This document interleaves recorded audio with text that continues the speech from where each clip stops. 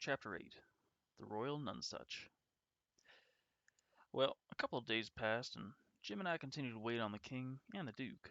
After a while, the king got bored with just drifting down the river, and he and the duke began to play their next chapter. "The first town we come to," said the duke, "we'll hire a hall and put on a play, maybe something from Shakespeare." The king explained that he didn't know anything about acting, so the duke told him not to worry. So for the next couple of hours, they practiced. It didn't seem much like a play to me, but I knew the duke had some sort of trick in mind. There was a little town about 3 miles down the bend, and after lunch the duke said he wanted to stop there. Since we were out of coffee, I decided to go along into town too. Jim stayed on the raft and waited for us. When we got to the town, there wasn't anyone stirring. The streets were empty and dead. We found one old man sunning himself in the backyard, and we asked him where everyone was. He said the whole town had gone to a camp meeting about 2 miles into the woods. The king decided to go have a look while the duke and I headed for the printing office. After searching several streets, we finally found it, hidden away in a dusty side street. It was dirty, cluttered up place, covered in ink marks and littered with handbills. The door was unlocked, so the Duke just invited himself inside. He told me to go ahead to the camp meeting. He had things to do. The camp meeting was crowded, and the sun was awful hot. The king had gotten himself a little platform in one of the tents, and he was preaching his heart out. He was also passing the plate. Last time I looked, he had almost $7. A few hours later I returned to the printing shop. The Duke was standing outside holding a bunch of handbills he had just printed up. The handbills said, "At the courthouse for 3 nights only, the world-famous tragedians David Garrick the Younger and Edmund Kean the Elder, in their thrilling tragedy, The King's Cameleopard or The Royal Nonesuch. Admission, 50 cents."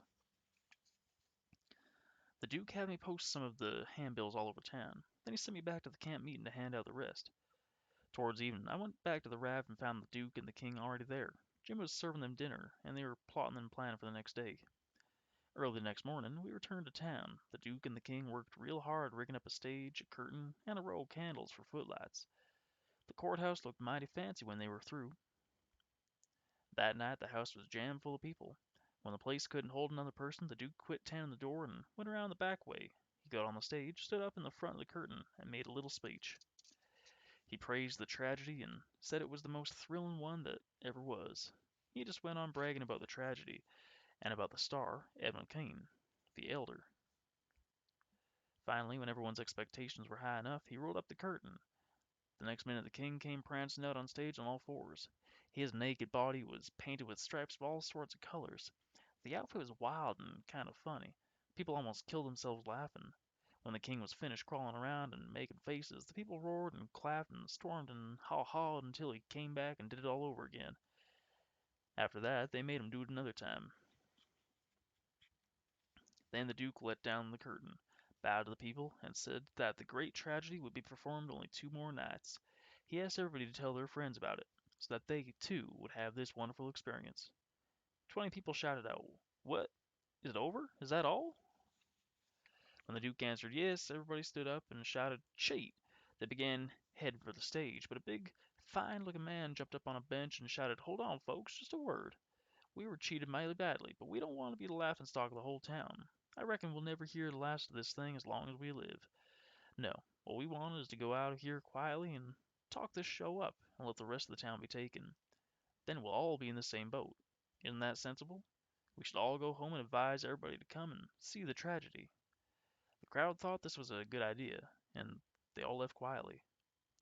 Next day you couldn't hear anything around town except how wonderful that show was.